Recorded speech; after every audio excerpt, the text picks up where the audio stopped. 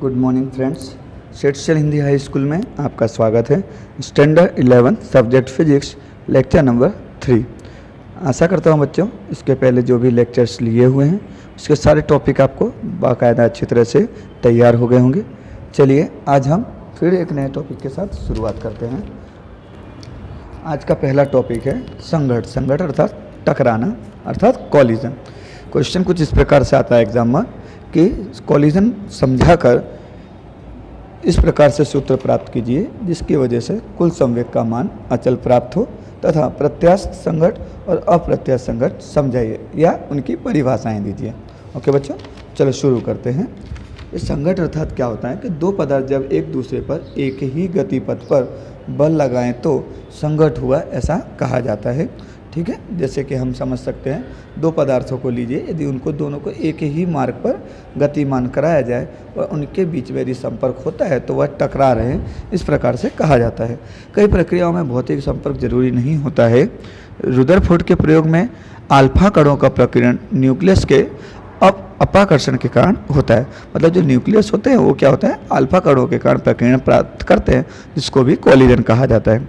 संघट में कुल संवेग अचल रहता है, प्रारंभिक तथा अंतिम संवेग के बराबर होता है। जो प्रारंभिक संवेग है वो किसके बराबर होगा बच्चों, अंतिम संवेग के। किसी भी प्रकार की संघट हो तो भी उसका कुल संवेग अचल होता है। मतलब यदि किसी भी प्रकार से दो पदार्थ आपस में टकराते हैं तो उनके बीच का जो संवेग होता है उनका मान क्या होगा, अचल होगा। पदार्थ 1 और पदार्थ 2 डेल्टा टी समय दरमियान यदि परस्पर लगने वाले बलों का अनुरूप संवेग में होने वाला परिवर्तन दर्शाता हो तो कुछ इस प्रकार से उनके सूत्र लिखे जा सकते हैं। F12 बराबर delta P1 upon delta T. F यदि दूसरे पदार्थ से पहला पदार्थ टकराता है तो F21 is equal to delta P2 upon delta T. Okay बच्चों, देखो P1 P2 क्या है, प्रारंभिक तथा अंतिम संवेग। F12 बराबर ये क्या है, प्रथम पदार्थ पर दूसरे पदार्थ पर लगने वाला बल है, और F21 क्या है, दूसरे पदार्थ पर प्रथम पदार्थ द्वारा लगने वाला बल है। ठीक है बच्चों, न्यूटन की गति का तीसरा नियम के अनुसार यदि ले तो बल बराबर प्रथम पदार्थ के द्वारा दूसरे पदार्थ पर लगने वाला बल F12 is equal to minus F21 बराबर। नीचे यदि हम देखते हैं यदि डेल्टा टी से दोनों तरफ गुणाकार किया जाए तो F12 delta T is equal to minus F21 delta T. देखिए बच्चों यहाँ पर जो माइनस है वो क्या दर्शा रहा है, उसका विपरीत दिशा में से पदार्थ गतिमान होकर टकराने के लिए उसकी तरफ बढ़ रहा है। ठीक है, यदि हम कुल मान देखते हैं तो F12 delta T plus F21 delta T is equal to 0। Delta P1 plus delta P2 is equal to 0। यदि delta P1 plus delta P2 is equal to 0, यदि हम P1 और P2 को में से डेल्टा कॉमन ले लेते हैं तो क्या हो जाएगा, देखिए P1 plus P2 equal to 0। Delta को क्या कर दिया, 0 से के नीचे ले गए, इसलिए वो क्या हो गया, 0 हो गया। तो देख सकते हैं यहाँ पर कि कुल संवेग का मान अचल आ रहा है। डेल्टा टी के समय बल बदलते हों तो भी संवेग अचल रहता है। मतलब समय परिवर्तन के साथ साथ यदि बल का मान भी चेंज हो रहा हो तब भी क्या होगा, संवेग का मान अचल रहेगा। देखिए प्रत्यास्थ संघात क्या होता है, जिस संघट के समय पदार्थ की कुल गतिज ऊर्जा अचल रहती हो, अर्थात संघट के पहले और संघट के बाद की गतिज ऊर्जा समान हो, तो ऐसे संघट को प्रत्यास्थ संघट कहते हैं। और प्रत्यास्थ संघट क्या होता है, जिस संघट के समय दरमियान कुल गतिज ऊर्जा का संरक्षण ना होता हो तो इस प्रकार के संघातों को अप्रत्यास्थ संघात कहते हैं। अर्थात प्रारंभिक संवेग और अंतिम संवेग का मान समान ना हो तो उसे क्या कहेंगे, अप्रत्यास्थ संघात कहेंगे। ओके बच्चों, हमारा नेक्स्ट टॉपिक है द्विविमीय में स्थिति स्थापक संघात की चर्चा कीजिए तथा इससे रिलेटेड सूत्र प्राप्त कीजिए। ठीक है बच्चों, चलिए हम देख पा रहे हैं कि देखिए यहाँ पर M1 द्रव्यमान वाला एक पदार्थ है जो कि M2 द्रव्यमान वाले पदार्थ से टकराता है। तो इसकी कुछ स्थितियाँ हैं जहाँ पर टकराने के बाद M1 द्रव्यमान वाला पदार्थ तथा M2 द्रव्यमान वाला पदार्थ अलग अलग दिशाओं में जाता है, जो कि θ1 θ कोण बनाता है। ठीक है बच्चों, चलिए आकृति में दर्शाए अनुसार M1 द्रव्यमान वाला पदार्थ U1 वेग से M2 द्रव्यमान वाले स्थिर पदार्थ के साथ टकराता है। टक्कर के बाद M1 तथा M2 कण एक्स अक्ष के साथ क्रमशः θ1 तथा θ2 कोण बनाते हैं। θ1 θ2 क्रमशः V1 और V2 वेग से गति करते हैं। अर्थात जो कि θ1 तथा θ2 कोण बनाते हुए जो पदार्थ गतिमान है वह V1 तथा V2 वेग से गति कर रहे हैं। संवेग संरक्षण के नियम अनुसार क्या होगा, देखिए m1u1 बराबर m1v1 plus m2v2।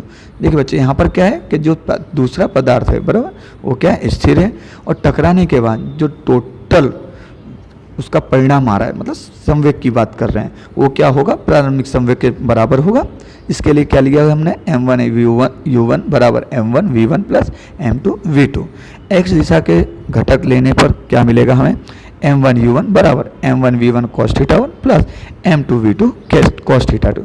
Theta 1 theta 2 क्या है, उनके उस दिशा में जहाँ पर वो गति कर रहे हैं मुख्य सतह के साथ बनाए गए कोण हैं। संवेग के y दिशा के घटक लेने पर क्या प्राप्त होगा, देखिए y दिशा में जो घटक होगा वो क्या होगा, शून्य हो जाएगा। क्यों, क्योंकि देखिए y के साथ क्या है, u2 बराबर 0 हो जाएगा बराबर। इसलिए क्या मिलेगा हमें, m1v1 sin theta 1 minus m2v2 sin theta 2। संघट स्थिति स्थापक होने से गतिज ऊर्जा का संरक्षण होता है, इसलिए सूत्र मिलेगा हमें 1/2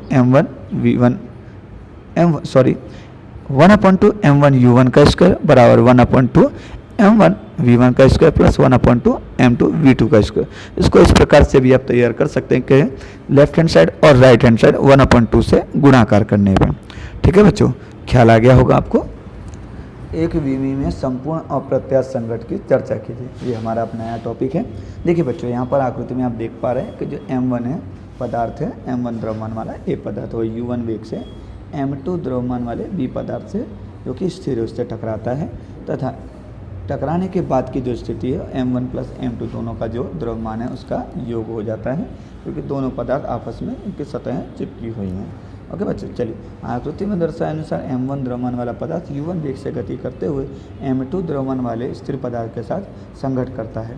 संघट संपूर्णतः अस्थिति स्थापक होने से दोनों पदार्थ एक साथ v वेग से गति करते हैं।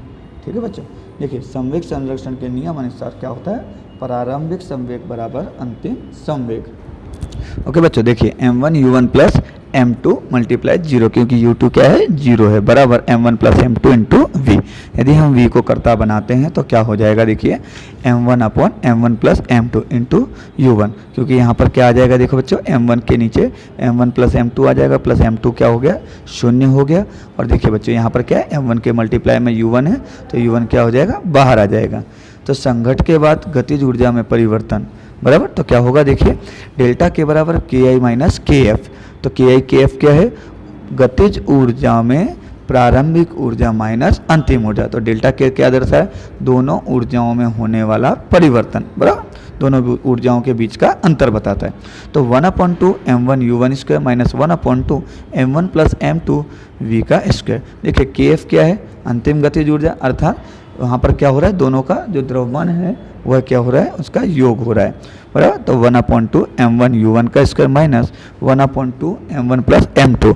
अब देखिए बच्चों यहाँ पर हम क्या मान ले रहे हैं, जो v का है वो m1/m1 plus m2 into u1 का स्क्वायर। देखिए आप ऊपर देख पा रहे हैं जो v का मान है। ठीक है बच्चों, देखिए 1/2 m1u1 स्क्वायर माइनस 1/2 m1 का square plus m1 plus m2 into u1 का स्क्वायर। ओके बच्चों, ठीक है, चलिए नीचे देखते हैं 1/2 m1 u1 का square minus 1 minus m1 plus m2। इसमें से क्या किया हमने बच्चों, u1 का स्क्वायर कॉमन ले लिया तथा m1 कॉमन ले लिया तथा 1/2 कॉमन ले लिया है। ओके, आप क्या करेंगे, m1/m2 को 1 से क्रॉस गुणाकार कर देंगे तो हमें क्या कीमत प्राप्त हो जाएगी, 1/2 m1 u1 स्क्वायर बराबर ब्रैकेट में लेंगे m1 plus m2 minus m1 plus m2। अब देखिए m1 2 है लेकिन दोनों के चिन्ह अलग अलग हैं, तो m1 से क्या हो जाएगा, कट हो जाएगा। तो बराबर क्या आ जाएगा, 1/2 m1 u1 का स्क्वायर m2/m1 प्लस m2। तो डेल्टा के बराबर क्या प्राप्त हो जाएगा बच्चों, हमें 1/2 m1 plus m2 into u1 का स्क्वायर बराबर। बच्चों गतिज ऊर्जा का व्यय ऊष्मा तथा ध्वनि के रूप में होता है। चलिए बच्चों, नेक्स्ट टॉपिक है हमारा एक विमीय प्रत्यास्थ संघट समझाकर संघट के बाद वेग का मान ज्ञात करें तथा खास हिस्सों की चर्चा करें। ओके बच्चों, चलिए देख लेते हैं। देखिए यहाँ पर दो आकृतियाँ दी गई हैं। पहले आकृति में दिया गया है टकराने के पहले, मतलब पदार्थ ए और पदार्थ बी u1 तथा u2 वेग से गतिमान है तथा m1 तथा m2 उनका क्रमशः द्रव्यमान है। ओके बच्चों। पदार्थ बी जिसका द्रव्यमान m2 है वह x दिशा में u2 वेग से गति करता है। पदार्थ ए पदार्थ बी से संघट करता है। संघट के बाद उनके वेग x दिशा में v1 तथा v2 हैं, जो कि आप आकृति बी में देख सकते हैं। संवेग संरक्षण के नियम अनुसार सूत्र पर से m1u1 प्लस m2u2 ये क्या है, टकराने के पहले संवेग का मान, तथा m1v1 प्लस m2v2 ये क्या है, टकराने के बाद संवेग का मान। ओके बच्चों, देखिए प्रत्यक्ष संघट होने से गतिज ऊर्जा का संरक्षण होता है, इसलिए गतिज ऊर्जा के नियम अनुसार क्या हो जाएगा, दोनों तरफ क्या करेंगे 1/2 से गुणाकार कर देंगे। तो 1/2 m1u1 square plus 1/2 m2u2 square पर 1/2 m1v1 square plus 1/2 m2v2 square. Okay बच्चों, देखिए m1u1 का स्क्वायर माइनस v1 का स्क्वायर। अब हमने क्या किया, दोनों तरफ 1/2 कॉमन ले लिया, मतलब 1/2 कट हो जाएंगे। और देखिए यहाँ पर क्या हुआ है कि m1 वाले पद को हमने लेफ्ट हैंड साइड ले लिया है तथा m2 वाले पदों को हमने राइट हैंड साइड ले लिया है। अब देखिए बच्चों, m1u1 plus v1 u1 minus v1 क्या होता है सूत्र, u1 स्क्वायर माइनस v1 का स्क्वायर को हमने दो भागों में डिवाइड कर दिया। ओके बच्चों, ठीक है। राइट हैंड साइड पर देखिए u2 square minus v2 square है, तो माइनस का चिन्ह है बीच में, इसको भी हम दो भागों में कर सकते हैं, u2 minus v2 into u2 plus v2। Okay बच्चों, इसको हम कह देंगे परिणाम नंबर 3। समीकरण 3 को समीकरण 2 से भाग देने पर ओके बच्चों क्या हो जाएगा, हमें परिणाम मिलेगा। देखिए u1 प्लस v1 बराबर u2 प्लस v2, इसको हम समीकरण 4 कह देंगे। तथा समीकरण देखिए अब हमने क्या किया है कि u1 लेफ्ट हैंड साइड है, तो u2 को भी हम लेफ्ट हैंड साइड ले जाएंगे, तो क्या मिल जाएगा u1 माइनस u2, और v1 को हम क्या करेंगे राइट साइड ले जाएंगे, तो v2 माइनस v1। ये हो गया हमारा समीकरण नंबर 5। समीकरण नंबर 4 में m2 से गुणा करने पर, ठीक है, तो क्या मिल जाएगा हमें m2 इंटू क्या हो जाएगा u1 प्लस v1 बराबर m2 u2 प्लस v2। देखिए m2 u1 plus m2 v1, m2 का क्या किया हमने अंदर गुणाकार कर दिया है, और राइट हैंड साइड क्या मिल जाएगा हमें बच्चों m2 u2 plus m2 v2। ये हो गया समीकरण नंबर 6। समीकरण 1 में से समीकरण 6 को क्या करना है, हमको घटा देना है। ठीक है बच्चों, कई बच्चों के सवाल होते हैं हमेशा क्यों कर रहे हैं, क्योंकि बेटा ऑलरेडी ये सारी थ्योरियाँ प्रूव कर चुके हैं साइंटिस्ट लोग, हम क्या कर रहे हैं इसको सिर्फ सिस्टमेटिक सीख रहे हैं, मतलब ऑलरेडी साइंटिस्ट इनको प्रूव कर चुके हैं इस अनुसार। ओके बच्चों, तो हमें क्या करना है, अब समीकरण 1 में से समीकरण 6 को क्या कर देना है, घटा देना है। तो देखिए हमें क्या मिल जाएगा यहाँ पर m1u1 plus m2u2 minus m2u1 minus m2v1। अब राइट हैंड साइड में क्या मिलेगा हमें, तो m1v1 plus m2v2 minus m2u2 minus m2v2। ठीक है बच्चों, अब देखो यहाँ पर क्या है m2v2 तथा m2v2 दोनों के बीच में क्या है, चिन्हों का प्लस और माइनस का अंतर है, तो ये दोनों क्या हो जाएंगे, कट हो जाएंगे। तो हमें क्या मिलेगा m1u1 plus m2u2 minus m2u1 plus m2u2 बराबर m1v1 प्लस m2v1। ओके बच्चों, m1 minus m2 into u1 plus 2m2u2 बराबर m1 plus m2 into v1। देखिए बच्चों अभी हमें यहाँ क्या करना है, v1 को कर्ता बना लेना है। तो देखिए राइट हैंड साइड पर जो पद है m1 प्लस m2 उसको क्या करेंगे, अपॉन में ले जाएंगे, मतलब बटे में ले जाएंगे। तो v1 is equal to m1 minus m2 upon m1 plus m2 into u1 plus 2m2 upon m1 plus m2 into u2। ये हो गया समीकरण नंबर 7। समीकरण 4 में m1 से गुणा करने पर समीकरण 1 में जोड़ने, हमें क्या करना है, समीकरण 4 में क्या करना है, पहले m1 से हमें उसको गुणाकार कर देना है, और समीकरण जो 1 है उसमें क्या करना है, जोड़ देना है। तो क्या समीकरण प्राप्त होगा हमें, m1u1 plus m1v1 equal to m1u2 plus m1v2। प्राप्त समीकरण को समीकरण 1 से जोड़ने पर, अब देखिए जो हमें समीकरण प्राप्त हुआ उसको क्या करना है, हमको समीकरण 1 में जोड़ देना है। तो कुछ इस प्रकार से हमें कुछ पद मिलेंगे, m1u1 plus m1v1 plus m1u1 plus m2u2 बराबर m1u2 plus m1v2 plus m1v1 plus m2v2। अब देखो बच्चों हम देख सकते हैं कि लेफ्ट हैंड साइड में m1v1 है और राइट साइड में भी m1v1 है, तो ये राइट साइड वाले m1v1 को लेफ्ट साइड ले जाएंगे तो माइनस का अंतर आ जाएगा, मतलब वो प्लस हो जाएगी, ये वैल्यू माइनस हो जाएगी। तो हम क्या करेंगे, दोनों को कट कर देते हैं, तो हमारे पास परिणाम क्या बचेगा, 2m1u1, क्योंकि देखिए बच्चों ऊपर m1 और u1 दो मान हैं, ठीक है, प्लस m2u2 बराबर m1u2 plus m1 plus m2 into v2।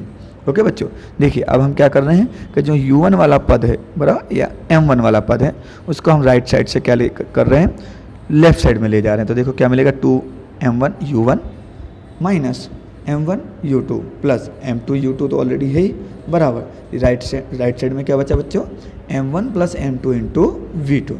तो देखो बच्चों 2m1 u1 plus m2 minus m1 into u2 बराबर m1 plus m2 into v2। Okay बच्चों, तो देखिए अब यहाँ पर ऊपर हमको क्या मिल गया था, v1 का सूत्र। अब नीचे हमें क्या करना है, v2 का सूत्र ज्ञात करना है। इसके लिए हम क्या करेंगे, v2 को कर्ता बना लेंगे। तो क्या मिल जाएगा हमें, 2m1 u1 upon m1 plus m2 plus m2 minus m1 upon m1 plus m2 into u2। इस प्रकार से हमें परिणाम 8 प्राप्त होता है। तो देखिए बच्चों यहाँ पर वेग 1 तथा वेग 2 जो भी है हमें उनके मूल्य कीमत प्राप्त हो जाती है। चलिए अब आगे हम खास किस्सों की भी चर्चा करते हैं। देखिए खास किस्सों में m1 बराबर m2 बराबर m लेने पर यदि हम दोनों पदार्थों का द्रव्यमान समान लेते हैं तो हमें क्या सूत्र मिलेगा वेग का, बराबर। तो v1 बराबर m1 m2, इसकी जगह हमने क्या ले लिया बच्चों, m1 बराबर mm। तो m से m कट हो जाएगा, बराबर हमें क्या मिल जाएगा वो 0। क्यों, क्योंकि नीचे भी अपन क्या है m प्लस m है। ओके बच्चों, तो देखिए यहाँ पर क्या मान प्राप्त हो रहा है हमें, पहला पद हो जाता है 0 और जो दूसरा पद है उसमें क्या है 2m upon m plus m into u2। अब देखिए बच्चों यहाँ पर क्या है, ऊपर भी 2m हो गया, नीचे भी 2m हो गया और इंटू u2 है, बराबर। तो देखिए राइट हैंड साइड में क्या बचा अब यहाँ पर 2m upon 2m into u2। तो 2m से 2m कट जाएगा तो क्या बचेगा u2। तो v1 बराबर क्या मिलेगा हमें, u2, बराबर बच्चों। उसी प्रकार से v2 बराबर क्या हो जाएगा, v1। दूसरा खास किस्सा है, यदि पदार्थ स्थिर पदार्थ के साथ टकराए, यदि दूसरा गतिमान पदार्थ किसी स्थिर पदार्थ से टकराता है तो क्या होगा, जो दूसरा पदार्थ है वो स्थिर अवस्था में होगा। तो u2 बराबर 0, m1 बराबर m2 बराबर m। तो v1 बराबर क्या हो जाएगा 0 और v2 बराबर क्या हो जाएगा बच्चों, u1। तीसरा खास किस्सा है, यदि m1 मतलब पदार्थ A का जो द्रव्यमान है वो पदार्थ 2 से काफ़ी कम हो तो क्या होगा, u2 बराबर 0, क्योंकि दूसरा पदार्थ है वो क्या है स्थिर अवस्था में होगा। तो m1 की हम क्या कर लेंगे अवगणना, क्योंकि बहुत ही सूक्ष्म पदार्थ है। मान लो एक बड़ी सी चट्टान में एक छोटा सा कंकड़ हम फेंक कर मारें, उस प्रकार की अवस्था हो जाती है। तो v1 बराबर क्या हो जाएगा, minus m2 upon u1 upon m2 बराबर। देखिए बच्चों अब ये सूत्र में जो कीमत हम रख रहे हैं वो कौन सी वाली में रख रहे हैं, जो हमने खास किस्सा 1 में बात की ना, जो सूत्र v1 बराबर है उसी में हमने इन कीमतों को रखा हुआ है। चौथा खास किस्सा है, यदि पदार्थ A का जो द्रव्यमान है वो पदार्थ 2 से काफ़ी अधिक हो तो क्या होगा। तो देखिए बच्चों यहाँ पर u2 बराबर क्या है 0, क्योंकि वो स्थिर अवस्था में है। तो इस समय हम क्या करेंगे, m2 की अवगणना कर देंगे। तो हमें क्या प्राप्त हो जाएगा, v1 बराबर u1 तथा v2 बराबर 2u1। अब ये सारी कीमतें आपको क्या करना है, उसी सूत्र में रख कर देखना है। ओके बच्चों, ख्याल आ गए होंगे सारे के सारे किस्से आपको। Very good, thank you so much विद्यार्थी मित्रों कि आप हमारे चैनल को काफ़ी पसंद कर रहे हैं। आशा करता हूँ इसी प्रकार से आप हमारे चैनल पर बने रहेंगे। आने वाले लेक्चरों के लिए आप हमारे चैनल को प्लीज़ सब्सक्राइब कीजिए तथा शेयर कीजिए और आने वाले वीडियोस के लिए हमारे चैनल पर बने रहिए। Thank you so much.